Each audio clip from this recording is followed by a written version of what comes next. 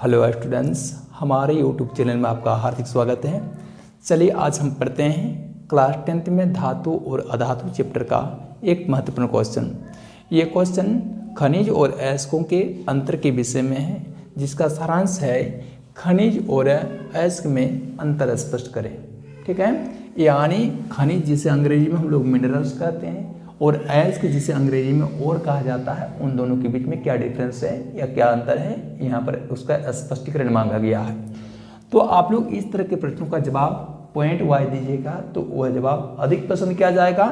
तो इसका जवाब में लिखिएगा खनिज और अयस्क में निम्नलिखित अंतर है। बिंदुवार आंसर देने की कोशिश करिएगा। ठीक है, इसके बीच बराबर भाग में एक लकीर खींचते हुए लेफ्ट साइड का हेडलाइंस कर लीजिएगा खनिज यानी मिनरल्स और राइट साइड का हेडलाइंस कर लीजिएगा अयस्क यानी और। इसके बाद खनिज वाले हिस्से में खनिज की परिभाषा या डेफिनेशन दीजिएगा। भूपर्टी यानी पृथ्वी का सबसे ऊपरी परत जिसे भूपर्टी कहा जाता है, तो भूपर्टी से प्राप्त किए गए ऐसे पदार्थ, ठीक है, जिनसे कोई तत्व या यौगिक प्राप्त हो सकता है, उसे हम लोग क्या कहेंगे, खनिज कहेंगे, मिनरल्स कहेंगे। इसलिए उसकी परिभाषा कुछ इस तरह से दी गई है। भूपर्टी से प्राप्त किए गए तत्व या यौगिकों को क्या कहते हैं, खनिज या फिर मिनरल्स कहते हैं।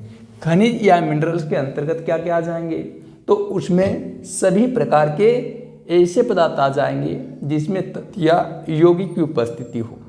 ठीक है, आगे कह रहा है अयस्क के विषय में। तो अयस्क किसको कहोगे, तो अयस्क के विषय में जानकारी लीजिएगा। ऐसे खनिज यानी भूपर्टी से प्राप्त किया गया ऐसे पदार्थ जिनसे आसानी से यानी सरलतापूर्वक कम खर्चे में, आसानी से और कम खर्चे में धातुएं प्राप्त किया जा सके।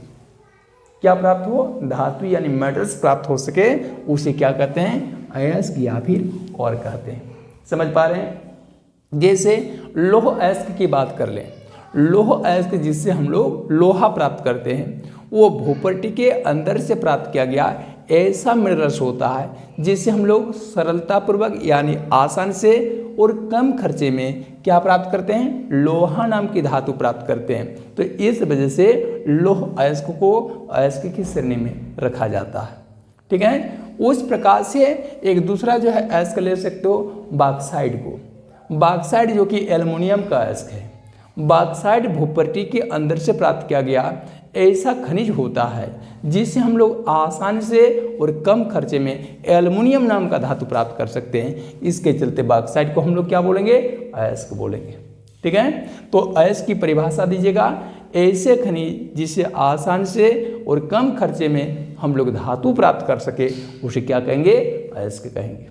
ठीक है, लेकिन ऐसे खनिज जिससे आसानी से और कम खर्चे में धातुएं प्राप्त न हो, उसे हम लोग अयस्क नहीं कर सकते और नहीं कर सकते। ठीक है, यहाँ पर देखिए दूसरा नंबर का बिंदु है, सभी खनिज अयस्क नहीं होते हैं। जितने सारे खनिज होते हैं जरूरी नहीं होता है कि उन सभी खनिजों से आपको धातु मिल जाए। कुछ ऐसे भी खनिज निकलते हैं भूपर्टी के अंदर से जिससे मुख्य रूप से धातु प्राप्त नहीं होती बल्कि अधातु प्राप्त हो जाता है। तो उस प्रकार के खनिज को आप लोग खनिज तो कह सकते हो लेकिन अयस्क नहीं कह सकते हो। जैसे उदाहरण के तौर पर जैसे कोयला की बात करेंगे, कोयला को हम लोग प्राप्त करते हैं भूपर्टी को खोदकर। तो कोयला जो प्राप्त होता है तो उसमें कार्बन का पर्याप्त अंश होता है जो कि एक तत्व है। तो याद रखिएगा कोयला एक खनिज हो सकता है क्योंकि उसमें एक तत्व कार्बन की उपस्थिति है, इसलिए वो खनिज है।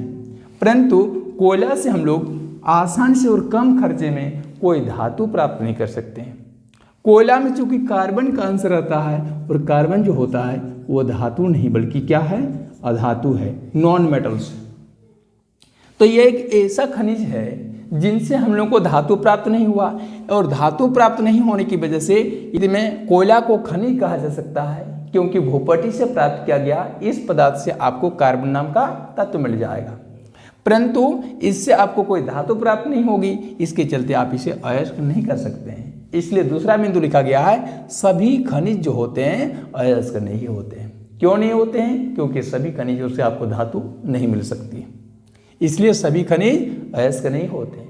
परंतु जितने सारे अयस्क होते हैं वे खनिज होते हैं। सभी अयस्क क्या होते हैं? खनिज होते हैं।